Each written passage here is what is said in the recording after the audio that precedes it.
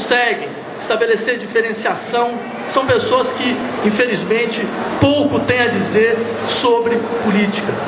Eu acho que essa eleição demonstrou muito claramente como que está em jogo não é apenas dois tipos de legados muito distintos, embora vários queiram insistir que, na verdade, eles não passam do mesmo processo. Acho que o que está em jogo, na verdade, é um projeto de futuro muito diferente. É muito provável que entre nós não haja nenhum acordo a respeito do que nós gostaríamos que o Brasil fosse. Mas com certeza nós temos um acordo muito claro a respeito do que nós não queremos que esse país se transforme. E a capacidade de evitar o pior é um dos elementos fundamentais de toda e qualquer ação política. Eu digo isso porque um candidato que, para conseguir ser impulsionado ao segundo turno da eleição, foi obrigado a fazer alianças com setores mais reacionários da igreja, com o cinturão do agronegócio e com a fina flor do pensamento conservador, é com certeza aquilo que o Brasil podia esperar de pior. Nós vemos a todos os dias, em outros países, como governos que fizeram alianças parecidas vão destruindo paulatinamente os setores mais avançados da sociedade civil. E muito provavelmente é isso que vai acontecer caso nós não tenhamos a força de evitar o pior. Bem, falou aqui o professor Vladimir, nós temos que fazer as distinções. De um lado, nós temos um projeto que buscou, nos 8 anos anteriores ao atual governo, destruir o Estado brasileiro, com as privatizações, com a destruição das empresas estatais, com o desmonte do Estado. De um lado, nós temos um projeto que buscou simplesmente acabar com a educação pública nesse país. Nós todos vimos o desmonte do Sistema Federal de Ensino. A Federal de Minas e a Federal do Rio de Janeiro não tinham dinheiro sequer para pagar a conta de luz. E nós aqui da Universidade de São Paulo sentimos na pele, há mais de 20 anos, o que é essa política diretamente na gestão da universidade. Todos nós sabemos as dificuldades que temos de gestão de recursos humanos, de gestão de concursos, de gestão de bibliotecas e de cuidado com o patrimônio cultural que é a nossa universidade. O desprezo que eles têm pela universidade, embora posem de intelectuais, de pessoas refinadas, de pessoas cultas. No segundo turno, discordo que não haja diferenças entre os dois candidatos e nem acho que eles sejam farinha do mesmo saco. Ao contrário, penso que Dilma e Serra representam dois projetos de governo, dois blocos de classes, duas concepções de mundo e, mais ainda, dois mundos de sentimentos.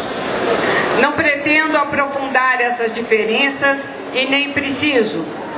Basta citar o que disseram os dois candidatos sobre os movimentos sociais, as lutas populares. Dilma Rousseff afirmou: muitas vezes não concordamos com as reivindicações, mas não tememos os movimentos sociais e jamais vamos deixar de escutá-los. Para ela, os movimentos sociais lutam pelo reconhecimento, realização ou ampliação de direitos coletivos e têm presença reconhecida na sociedade política. Ela sabe que a luta política é o cerne mesmo da democracia. Já o candidato José Serra preferiu esclarecer que movimento social é uma coisa, movimento político é outra. Esses movimentos de invasão que estamos vendo no campo é político. Declaração assustadora, porque afirma a mesma distinção que que ouvimos tantas e tantas vezes nos piores anos de chumbo da ditadura militar. Filha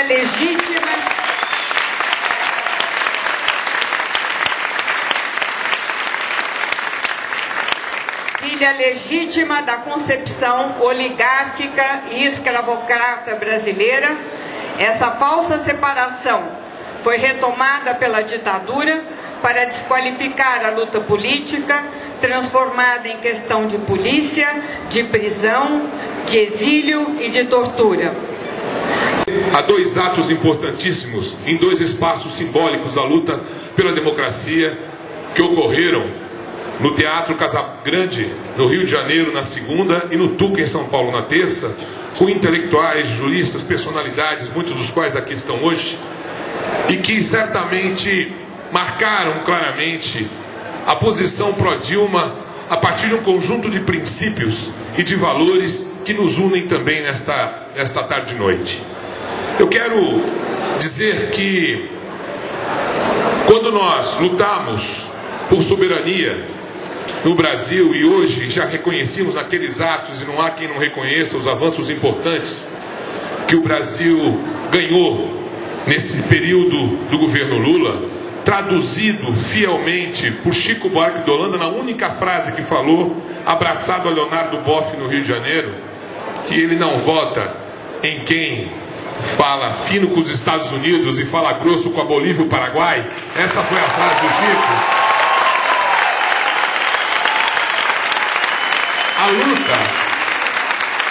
A luta pela soberania do Brasil passa nessas eleições pela compreensão fundamental de que nós não queremos a retomada da privatização, é certo, mas queremos também dar continuidade ao extraordinário processo de criação de oportunidades e fortalecimento da universidade pública, das escolas técnicas, da ciência e da tecnologia, porque conhecimento e educação de qualidade são pilares fundamentais. Nós sabemos disso para a construção do Brasil soberano e do Brasil potência que todos nós queremos.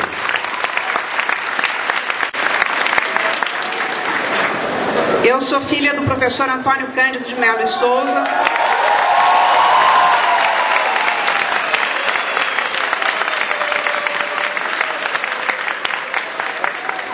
Que não pôde vir a esse ato, mas fez questão de enviar uma nota que eu vou ler. O governo do presidente Lula manteve o Brasil com firmeza nos trilhos que poderão levar à democracia plena se não houver desvios. Refiro-me à democracia segundo a qual não apenas os direitos são efetivamente de todos, mas todos poderão participar de maneira justa dos bens materiais e espirituais que humanizam a vida na sociedade. Votar em Dilma Rousseff é assegurar a continuidade nesse rumo. E não apenas uma mulher de valor, que todos sabemos que há entre nós uma grande quantidade de mulheres de valor, mas uma mulher que deu testemunho com o seu corpo, com o seu sangue, da sua coragem, de seu amor, de sua luta contra a ditadura.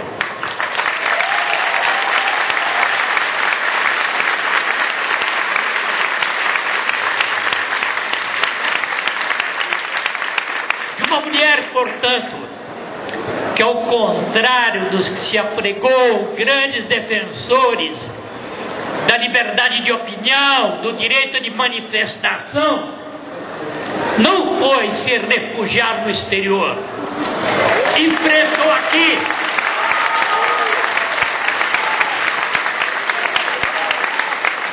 as durezas da tortura, as durezas do cárcere.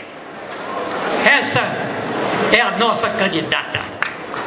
Esta é a mulher que honra todos os brasileiros e brasileiras. E a batidíssima tecla da divisão das nações em centrais e periféricas começam a exigir agora um sério trabalho de revisão conceitual. E mais ainda, aquela deprimente teoria do país dependente associado fruto de uma sociologia oportunista e demissionária.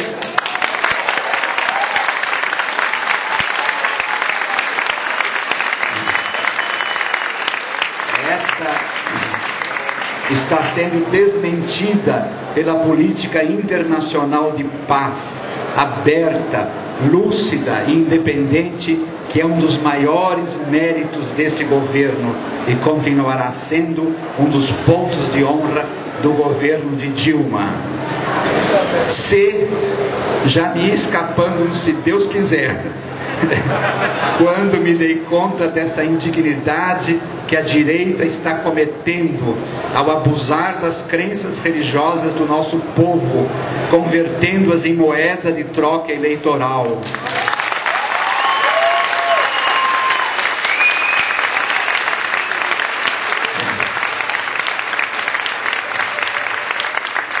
O que é uma tática ignóbil para quem respeita o sentimento do sagrado, além de envolver um desprezo das práticas republicanas, que devem manter-se leigas e equidistantes das profissões de fé. Algum ouvinte, preocupado com distinções nominais, poderá arguir-me de inexato e dirá, mas o que está sendo chamado de direita não é direita, é apenas o centro liberal. Respondo a esse incauto analista: o liberal mantém-se no centro apenas enquanto não se sente em risco de perder posições ou de não obtê-las.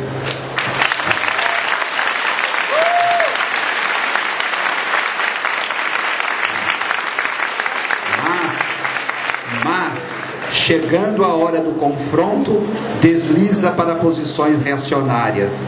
Desliza, disse eu, o verbo é muito diplomático.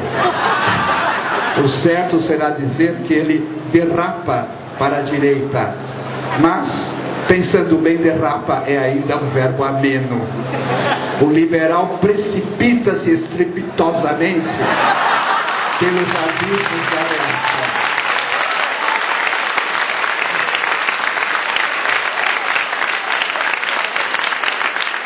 É o que está acontecendo a olhos vistos nessa campanha. Por isso entendo este ato público como um não ao retrocesso, não a uma política econômica centrada só no capital, ciosa exclusivamente do equilíbrio monetário, mas negligente quando não avarenta em face dos terríveis desequilíbrios econômicos e regionais que infelicitavam o povo brasileiro nos anos 90 e foram sendo lenta, parcialmente, mas honestamente encarados neste último decênio. Estamos apenas no começo do caminho, que é cheio de pedras, buracos e armadilhas. Alguns dentre nós não renunciamos a entrever no horizonte a imagem indelével de uma revolução, e talvez tenha sido este o sentido do nosso voto no primeiro turno. Na conjuntura atual, porém, que é um jogo de forças inovadoras versus mais um surto de modernização conservadora, escolhemos a consolidação de um projeto aberto, que abarque desenvolvimento, respeito ao trabalho e respeito à natureza. E aspiramos principalmente ao mais difícil de todos os alvos, a diminuição da iniquidade, que significa a distribuição de renda no Brasil. Este ato público, promovido por estudantes de uma universidade pública, exprime confiança e esperança, sem que esses sentimentos altamente positivos nos isentem de continuar lutando para que o processo iniciado nos últimos anos se aprofunde em uma linha verdadeiramente solidária.